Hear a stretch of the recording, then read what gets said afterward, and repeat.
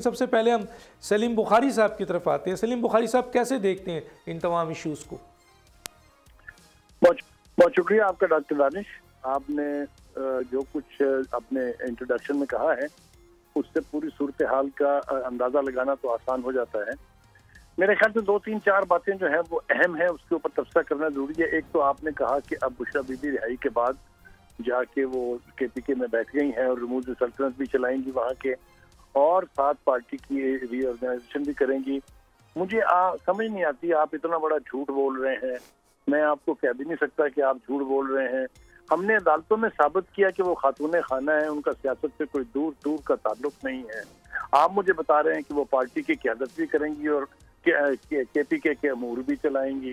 तो मैं क्या करूं? मैं अदालतों के अंदर साबित हुई भी बात को मानूं या जो आप कह रहे हैं वो मैं मानूं? इजलास बुलाया है सर, इजलास बुलाया है। अहम तरीन 3 लीडर्स को बुलाया है, जिनमें गौहर खान जो चेयरमैन है उनको नहीं बुलाया। उन्होंने अयूब साहब को बुलाया और अली अमीन गंडापुर को बुलाया और एक और जो प्रास उनको बुलाया है। तो इजलास तो बुला लिया। आपने कहा मैं झूठ बोल रहा हूँ सर।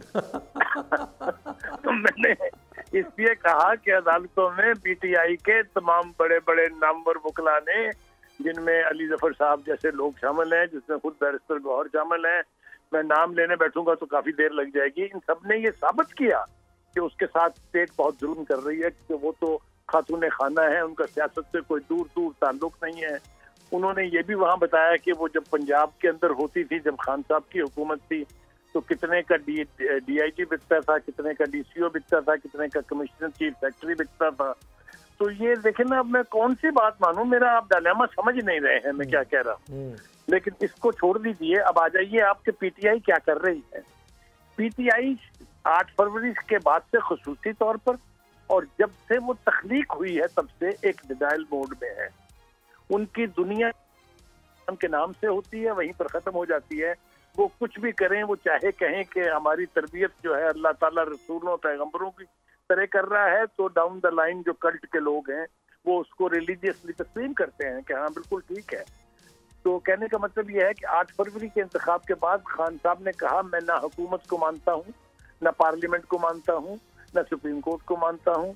तो वो तो इस तरह का denial mode down the line party के अंदर एक रिलीजियस बिलीफ की तरह से है। लिहाजा आप देखिए, मुसलसल कोशिश ये है PTI की कि जो मर्जी कहो, बस आपको टीवी की स्क्रीन पे रहना है, चाहे उसकी कोई लॉजिक हो या ना हो, उसका उससे ताल्लुक नहीं है। They only have to dominate the screen. और ये वो इंतहाई कामयाबी से, सोशल मीडिया तो खैर उनके घर की लौंडी है, उन्होंने नेशनल मीडिया के साथ भी यही सलूक किया हुआ है कि मैं और आप सवाए PTI की बात करने के और हमारे पास कुछ है नहीं। ये एक स्ट्रैटेजी है, इसमें हमारा कसूर नहीं है। दूसरी बात ये, आपने कहा कि तब्दीली आ रही है। देखिए, ये जो अदालती तब्दीली है, ये माजी में अगर इसका मैं मुआवजा करने बैठूं तो जितनी दफा ये तब्दीली आई उतनी ही दफा तबाही आई है। मैं नाम ले लेके अगर आपसे कहूंगा तो आप शुरू हो जाइए इफ्तिखार चौधरी साहब से, उससे पहले जस्टिस मुनीर से शुरू हो जाइए, और उसके बाद नजरिया जरूरत और वगैरह वगैरह, और उसके बाद जो साकबी, जो खोसवी, जो गुलजारी और जो बंदियाली चीफ सुप्रीम कोर्ट थी, उसका रोना तो मैं रोने बैठूंगा तो आपके प्रोग्राम का वक्त गुजर जाएगा। तो ये तब्दीली अभी देखना है किस करवट बैठेगा। सर हुकूमत तो बहुत मुतमईन है बुखारी साहब, हुकूमत मुतमईन है। वो कह रही है कि उसने बहुत बड़ा काम कर लिया है। पाकिस्तान की पार्लियामेंट की सियासी जमातों ने एक दफ़ा फिर जो है 19वीं जो तरमीम जो जस्टिस इफ्तिखार ने किया था और अदालत को जुडिशल डिक्टेटरशिप की तरफ ले गया था, उनको बैलेंस करके अब सही मायनों में पार्लियामेंट को इज्जत दे दी है। अब पार्लियामेंट का इख्तियार है, हुकूमत महफूज हो गई है। आप कह रहे हैं कि बहुत बड़ी तबाही आने वाली है। मैं अर्ज कर देता हूँ उसको। देखिए, ये जो कामयाबी आप हुकूमत की करार दे रहे हैं, ये हुकूमत की कामयाबी नहीं है, ये दर हकीकत काजी फायजीसा की कामयाबी है, जिसने ये साबित किया कि पार्लियामेंट सुप्रीम है और सुप्रीम कोर्ट का काम कानून साजी नहीं है। तो ये तो हो गई उसके हिसाब से। हुकूमत के पास और बहुत सारे रिलीफ के अच्छी बातें हैं। मिसाल के तौर पे वो इकोनॉमी, जिसके बारे में खान साहब ने कहा पाकिस्तान श्रीलंका बनेगा, और पूरी PTI ने 1 साल कैंपेन की कि ये डिफॉल्ट होने वाले हैं। उसको संभाला मिला है और बहुत अच्छा संभाला मिला है।